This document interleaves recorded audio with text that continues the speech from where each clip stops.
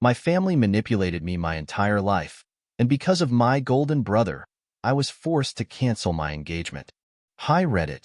I've been lurking on here for years, but today, I need advice. Or maybe just a vent. My life feels like one giant dumpster fire, and the match that lit it has always been my mother, Debbie. I'm Sarah, 35 years old, living in a small city in the Midwest. My life has been a constant uphill battle against my mother's manipulative tendencies. She's 62 now, retired, and still finding ways to wreck my peace. My younger brother Alex, 31, was always her golden child, and I've always been the problem child. Or, as she often put it, the reason everything goes wrong in this family. Growing up, Debbie had this incredible ability to make me feel like I was responsible for every bad thing in our family. Got a bad grade? It was my fault for distracting Alex when he was studying. Dad got annoyed after a long day? Clearly, I'd said something wrong. Alex, on the other hand, could do no wrong. If he spilled a drink on the carpet, Debbie would laugh it off, saying, "Boys will be boys." But if I so much as left a toy out of place, she'd go off about how I was inconsiderate and messy. I learned early on that being perfect wouldn't save me from her wrath, but I tried anyway. I remember one Christmas when I was about 10. I'd spent weeks saving my allowance to buy Debbie a necklace I thought she'd love. She opened it, gave me a tight smile, and said, "Well, it's not really my style, but I guess it's the thought that counts." Then Alex handed her a card he'd made in 2 minutes, and she acted like he'd just presented her with the crown jewels. When I hit my teens, things escalated. Debbie started comparing me to other girls at school. "Why can't you be more like Jessica? She's so polite and pretty. Boys probably line up to ask her out." It didn't matter that I was on the honor roll or captain of the debate team. To her, I was never enough. Alex, meanwhile, was getting into trouble left and right, sneaking out, smoking, and even shoplifting once. Debbie didn't just cover for him. She turned his mistakes into my responsibility. "Why didn't you watch him more closely? You're the older sister. You should set a better example." It was maddening. The worst part was how she'd play the victim in front of other people. She had a way of spinning every story to make it sound like she was the long-suffering mother of a difficult, ungrateful daughter. One time, I overheard her telling her friend that I had an attitude problem and was too high-strung to get along with anyone. It was humiliating. When I graduated high school, I couldn't wait to get out of the house. I got into a decent college 2 states away and threw myself into my studies, desperate to prove that I could succeed on my own. But even from afar, Debbie found ways to interfere. She'd call me late at night to complain about Alex's behavior or guilt-trip me about not visiting enough. One time, she called sobbing, saying Alex had been arrested for drunk driving and that it was somehow my fault for abandoning the family. I was 20 years old, barely scraping by on a part-time job while studying full-time, and she expected me to drop everything and bail him out. I didn't. Debbie didn't speak to me for weeks after that, but honestly, the silence was a relief. Things didn't get any better after college. I moved back to the Midwest, thinking that putting some physical distance between us would help. It didn't. Debbie always found a way to insert herself into my life. Whether it was through unsolicited advice about my career, "Are you sure you want to work in marketing? It seems unstable," or backhanded comments about my personal life, "Still single? Huh? Maybe you're being too picky." The straw that broke the camel's back came about 5 years ago. I was engaged to my ex-fiancé, Mark, and things were going well, or so I thought. Debbie never liked Mark. She said he was too quiet and not ambitious enough, which was rich coming from someone who hadn't worked a day in the past 10 years. A month before the wedding, Debbie pulled me aside and said she needed to warn me about something. She claimed Mark had been flirting with one of her friends at a family barbecue. When I asked Mark about it, he was stunned. He swore it never happened and even offered to talk to Debbie's friend to clear things up. But Debbie doubled down, insisting she saw it with her own eyes. It caused such a huge fight between Mark and me that we ended up calling off the wedding. Months later, I found out Debbie had made the whole thing up because she thought Mark wasn't good enough for me. She never apologized. Now, at 35, I'm trying to rebuild my life, but Debbie still looms large. She calls constantly, criticizing everything from my apartment to my hairstyle. Alex, of course, is still her golden boy. He's living with her rent-free while working part-time and playing video games all day. If I bring up the unfairness of it, Debbie accuses me of being jealous. I've tried setting boundaries. I've told her I need space, but she either ignores me or plays the victim, saying things like, "I guess I'm just a terrible mother." Huh? It's exhausting. The hardest part is that, deep down, I still crave her approval. No matter how many times she's hurt me, there's a part of me that hopes she'll finally see me for who I am and be proud of me. But I'm starting to realize that might never happen. Sorry this is so long. I guess I just needed to get it all out. If anyone has advice on how to deal with a toxic parent, I'm all ears. Hi Reddit. It's me again. If you've read my previous post, you'll know that my relationship with my mother, Debbie, is beyond complicated. Well, things took a turn recently, and I feel like I'm finally seeing through her manipulation for what it really is. Let me explain what happened last Christmas and everything that followed. Last Christmas, I decided to spend it with my family, against my better judgment. It's always tense being around Debbie, but part of me thought maybe, just maybe, things would be different this time. I had saved up for months to buy thoughtful gifts for everyone. For my mom, I got a high-end leather handbag that I knew she'd been eyeing. For my dad, a personalized tool set. And for Alex, I got a small but practical gift, a set of noise-canceling headphones. Alex is still living at home with Debbie, working part-time, and playing video games most of the day. He doesn't need much, and frankly, I couldn't justify spending more on him when I had already dropped over $300 on gifts for everyone else. I thought the headphones were a nice gesture, something useful for when he finally gets his act together. But apparently, I miscalculated. Christmas morning came, and everyone was opening their gifts. Debbie unwrapped the handbag and immediately started showing it off, telling everyone how thoughtful I was. Dad loved his gift too. Then Alex opened the headphones. I could see the slight disappointment on his face, probably because he was expecting something more extravagant, but he thanked me anyway. But Debbie? She lost it. As soon as Alex unwrapped the headphones, she put down her coffee cup dramatically and said, "Well, isn't this just typical? Sarah always has to make Alex feel like an afterthought. You couldn't spend a little more on your own brother? It's Christmas, for God's sake." I was stunned. I tried to explain that I had spent just as much time and thought on Alex's gift as I had on everyone else's, but she wasn't having it. She started going on about how I'd ruined the holiday and how I was selfish and inconsiderate. The entire mood of the day shifted. Alex looked uncomfortable.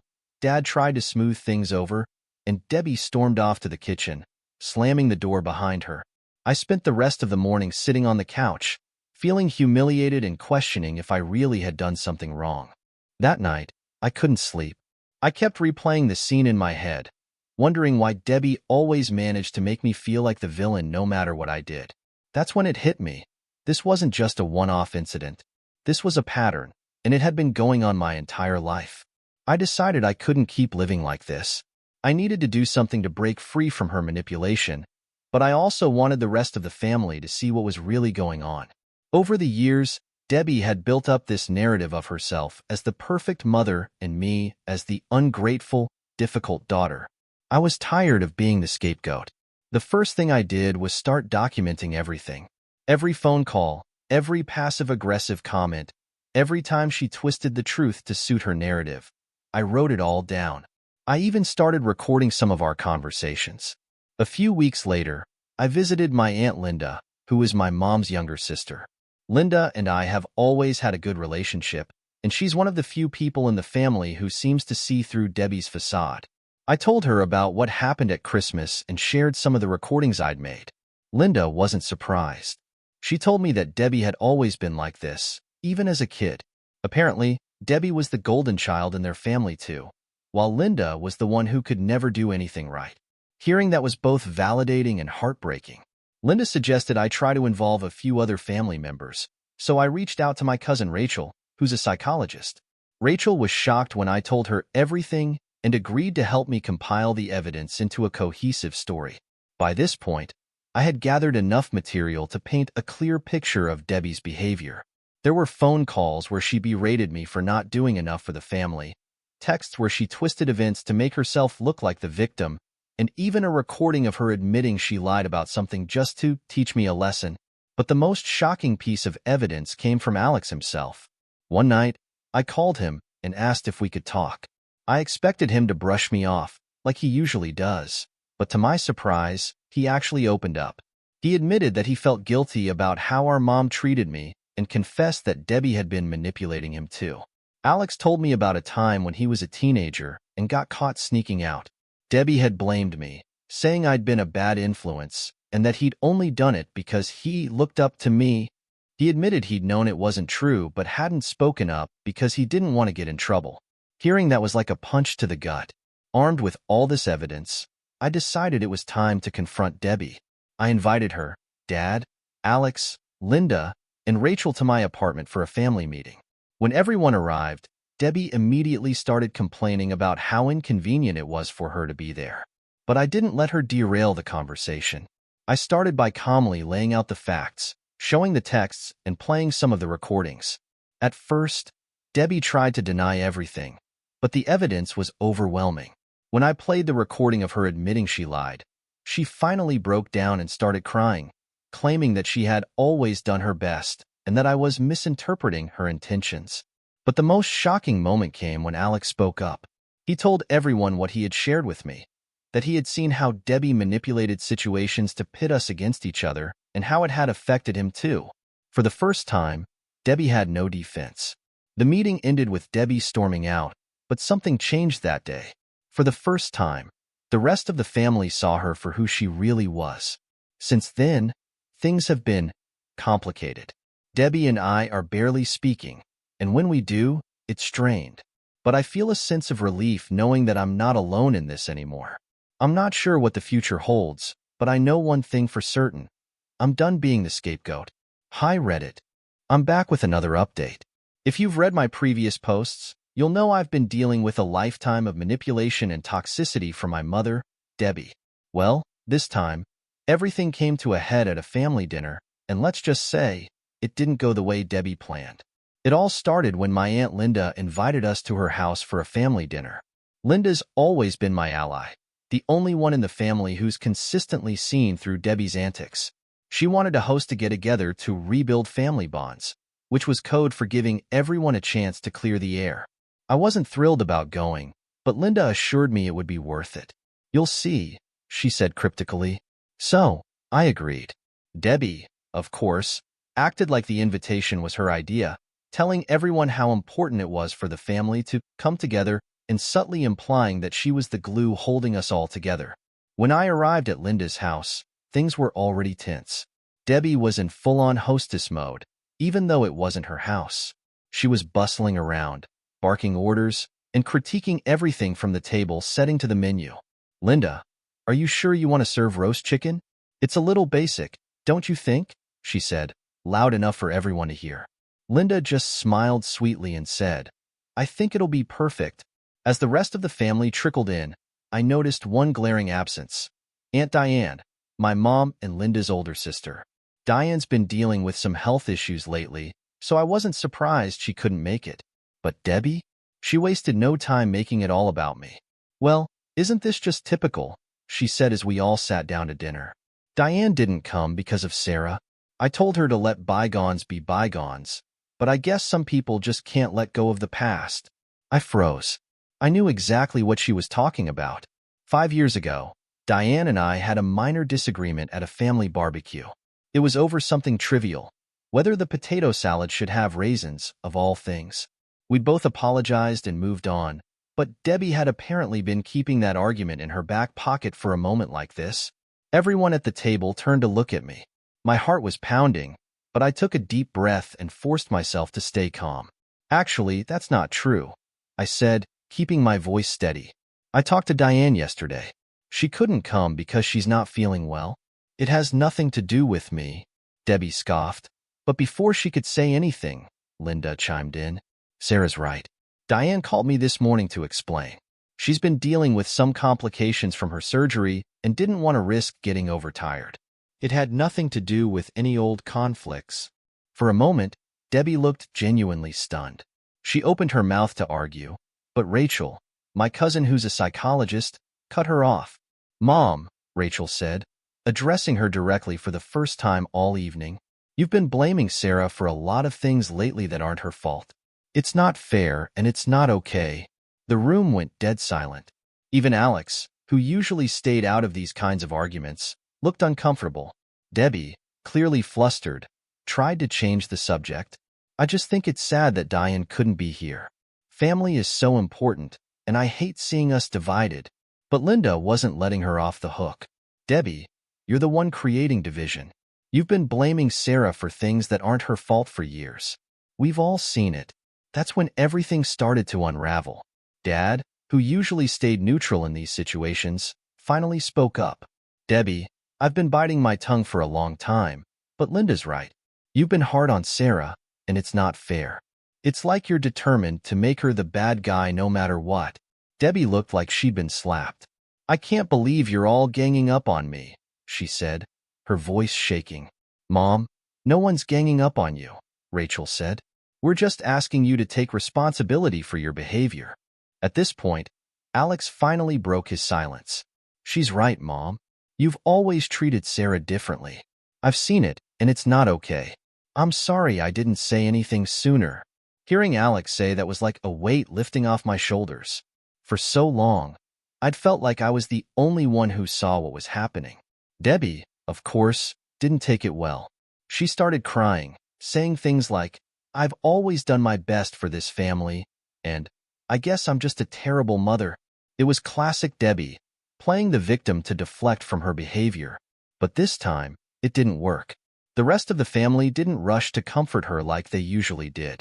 Instead, Linda calmly suggested that Debbie take some time to reflect on what everyone had said. The dinner ended awkwardly, with Debbie leaving early and refusing to say goodbye to anyone. But for the first time in my life, I felt like I wasn't alone. The rest of the family had finally seen Debbie for who she really was, and they were standing by me. Since that night, things have been complicated. Debbie and I are barely speaking, and when we do, it's strained. But I feel a sense of relief knowing that I'm not the only one who sees through her manipulation anymore. Hi Reddit. If you've been following my posts, you know my life has been a whirlwind of uncovering family secrets and dealing with my toxic mother, Debbie. Well, buckle up, because this next chapter is a doozy. It all started when I decided to help my dad, Jack, sort through some old documents.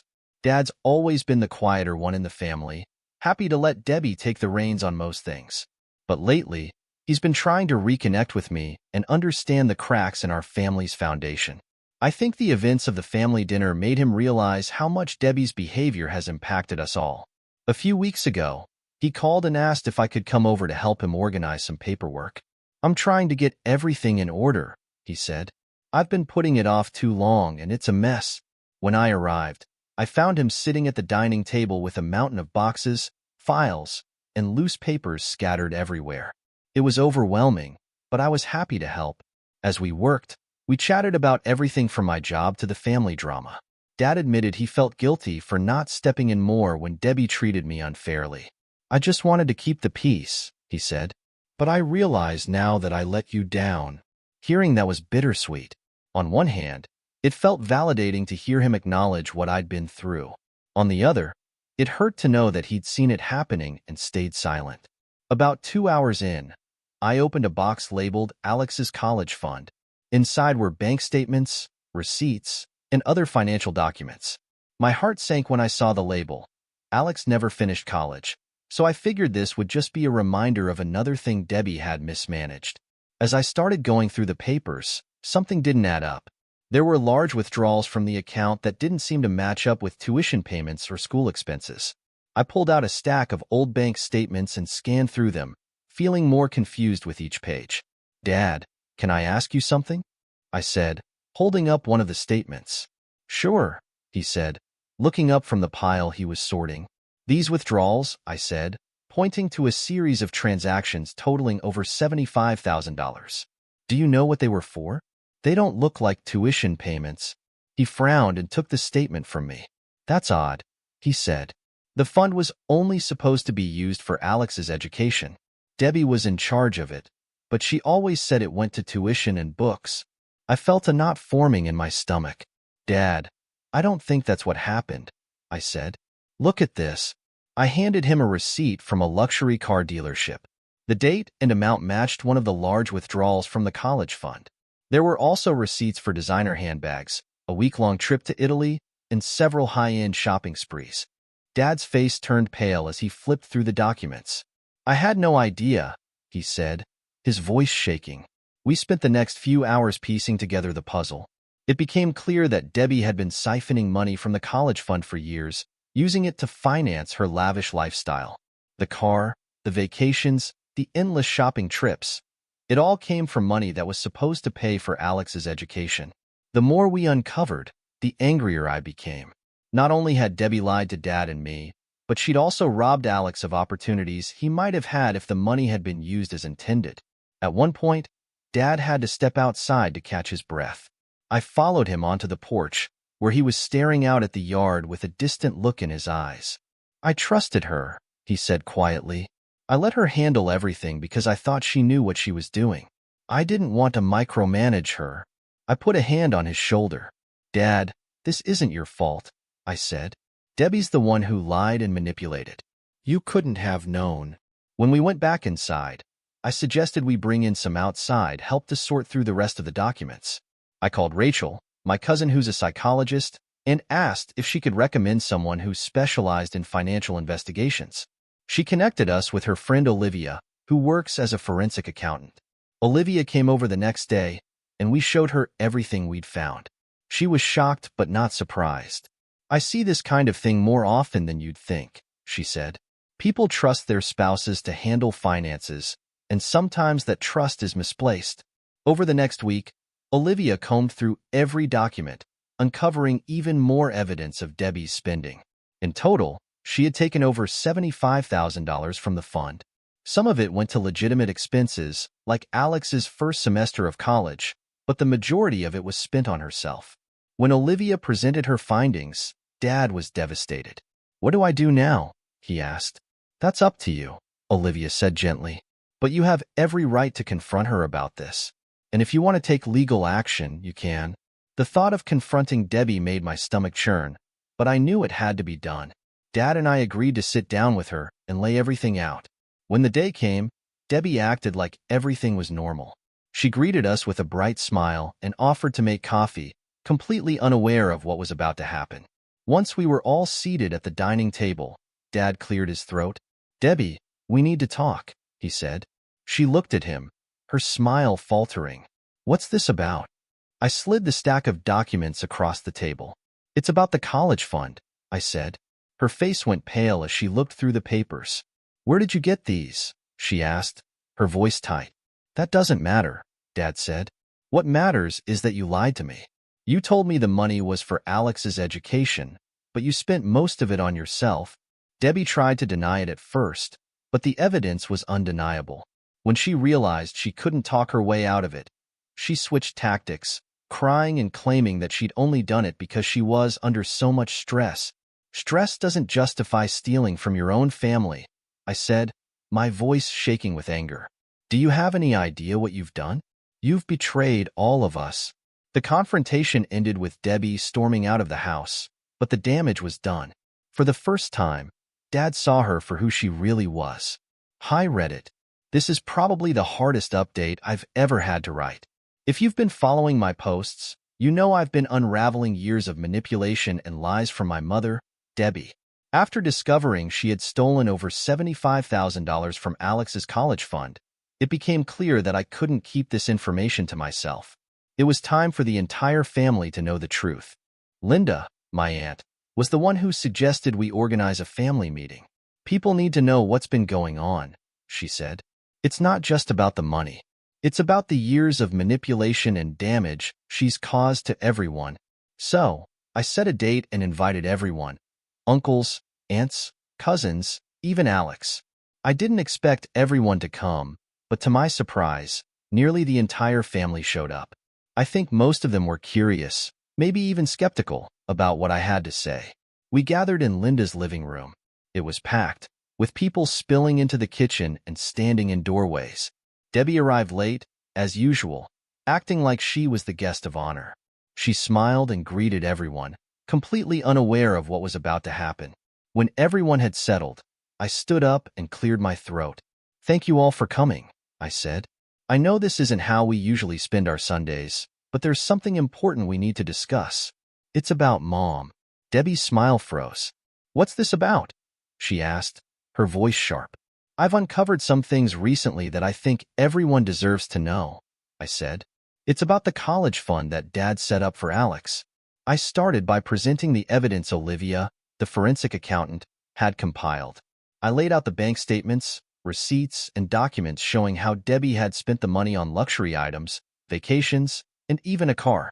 I didn't hold back, explaining how Dad had trusted her to manage the fund and how she had betrayed that trust.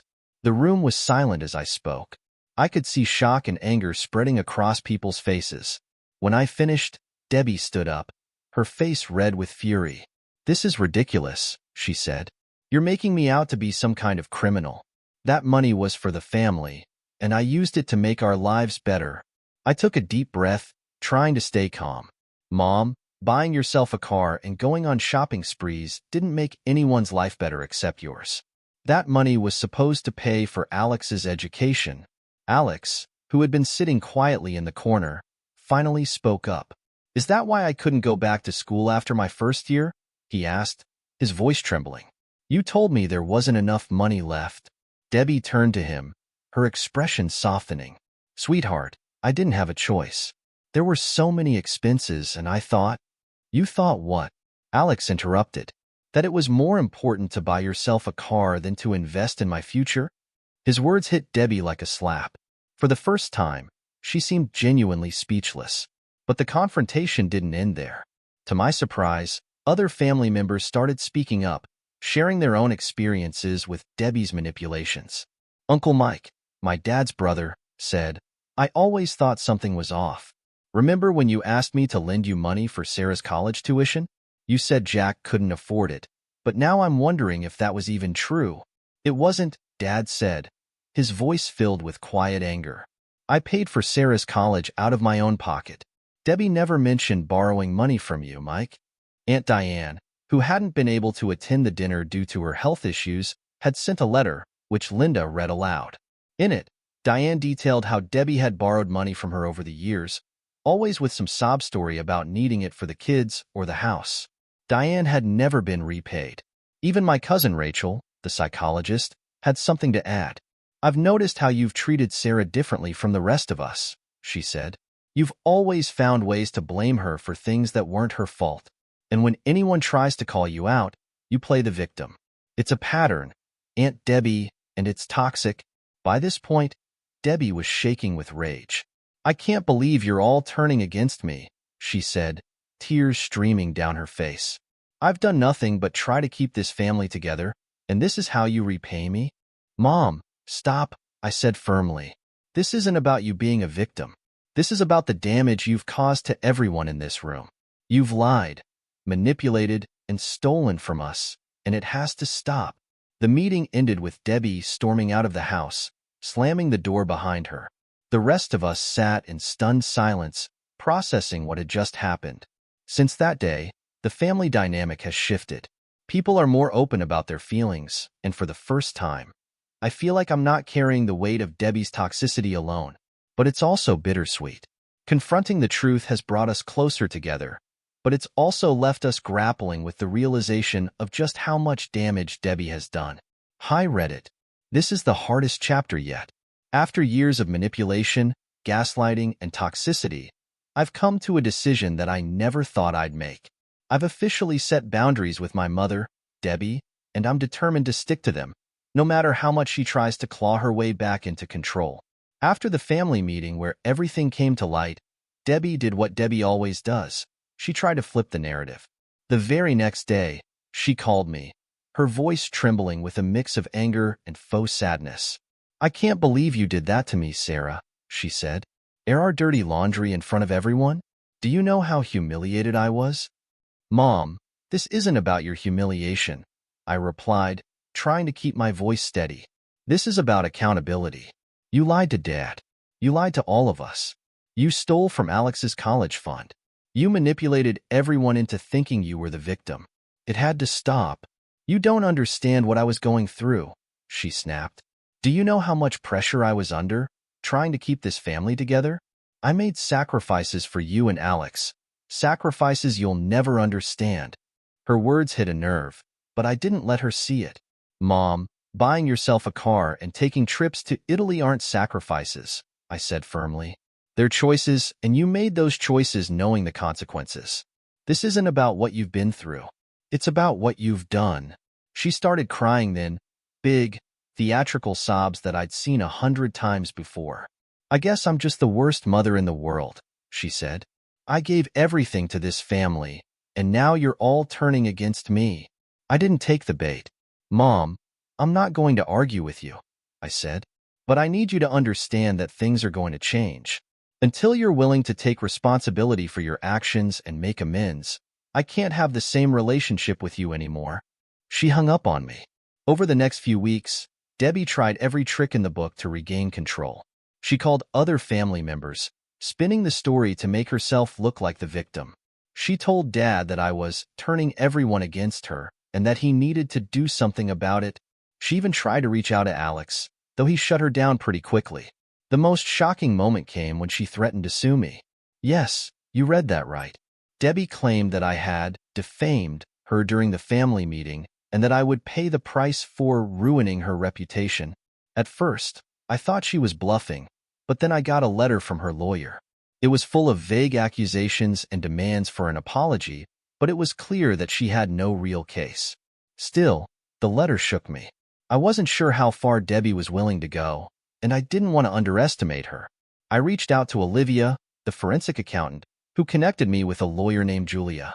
Julia was a no-nonsense type who didn't waste time sugarcoating things. After reviewing the letter, she said, "This case is a joke.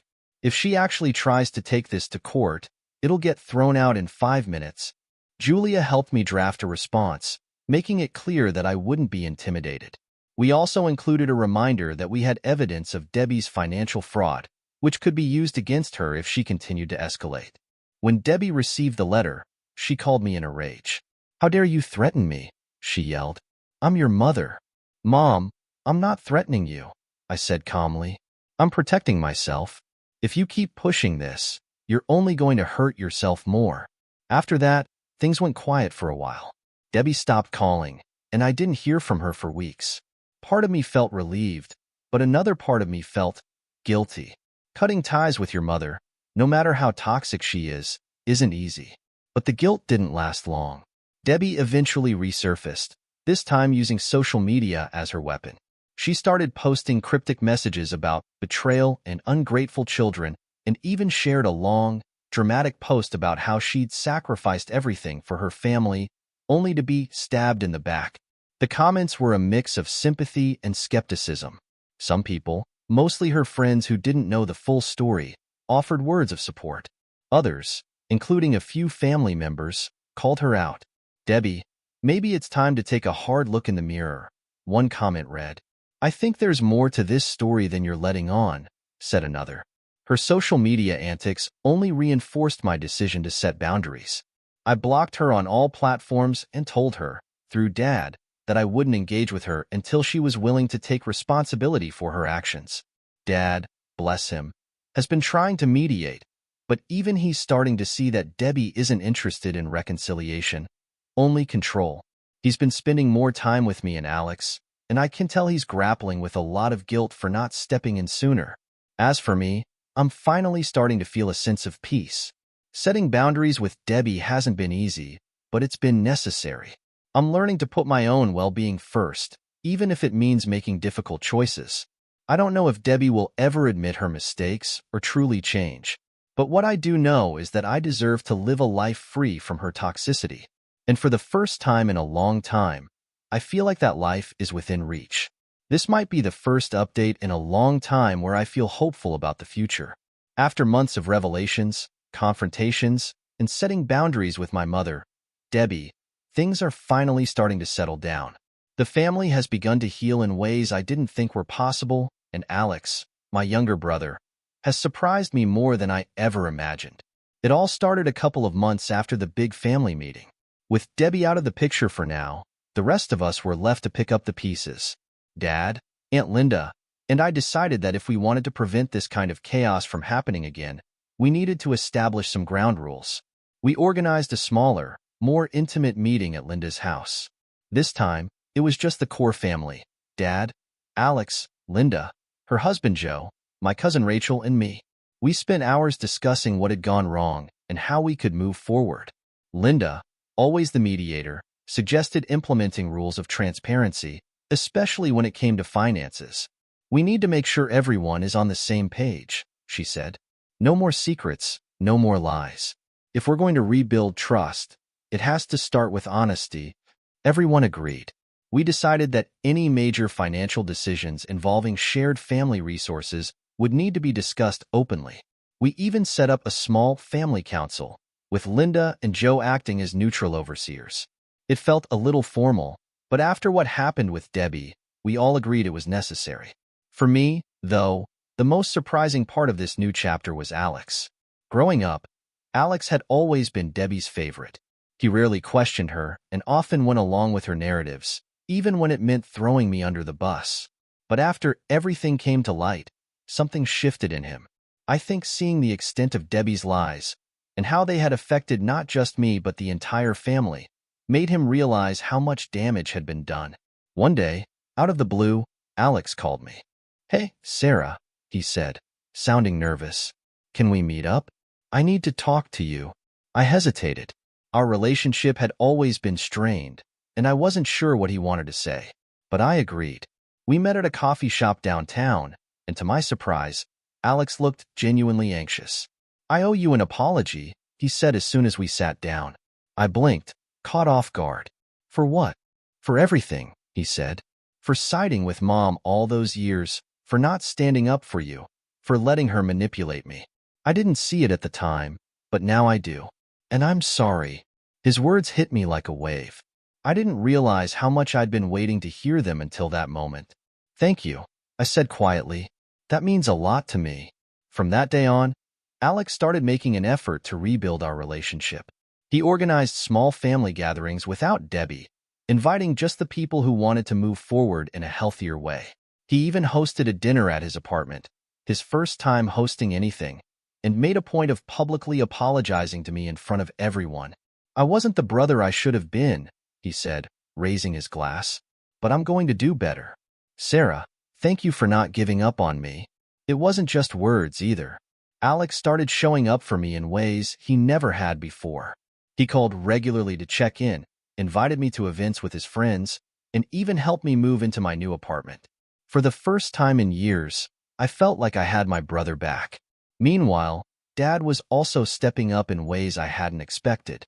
He started going to therapy, something Linda had been encouraging for years. He told me he wanted to understand why he had stayed passive for so long and how he could be a better father moving forward. "I've got a lot of making up to do," he said during one of our talks, "but I'm not going to waste any more time." Our family gatherings, now free of Debbie's toxic influence, began to feel lighter. We laughed more, shared stories, and supported each other in ways that felt genuine. It was like a weight had been lifted, and we were finally free to just be ourselves. Of course, not everything was perfect. Debbie still tried to stir up drama from the sidelines. She sent passive-aggressive texts to Dad and Linda, accusing them of turning the family against her. She even tried to crash one of our gatherings, but Linda firmly told her she wasn't welcome until she was ready to take responsibility for her actions. For the most part, though, Debbie has been keeping her distance. I think she's starting to realize that her usual tactics aren't working anymore. As for me, I'm focusing on rebuilding my personal life. I've reconnected with old friends, started a new hobby, pottery, of all things, and even went on a few dates. For the first time in years, I feel like I'm living for myself, not for anyone else's expectations. The journey hasn't been easy, but it's been worth it. Our family isn't perfect, no family is, but we're trying. And for the first time, it feels like we're moving in the right direction.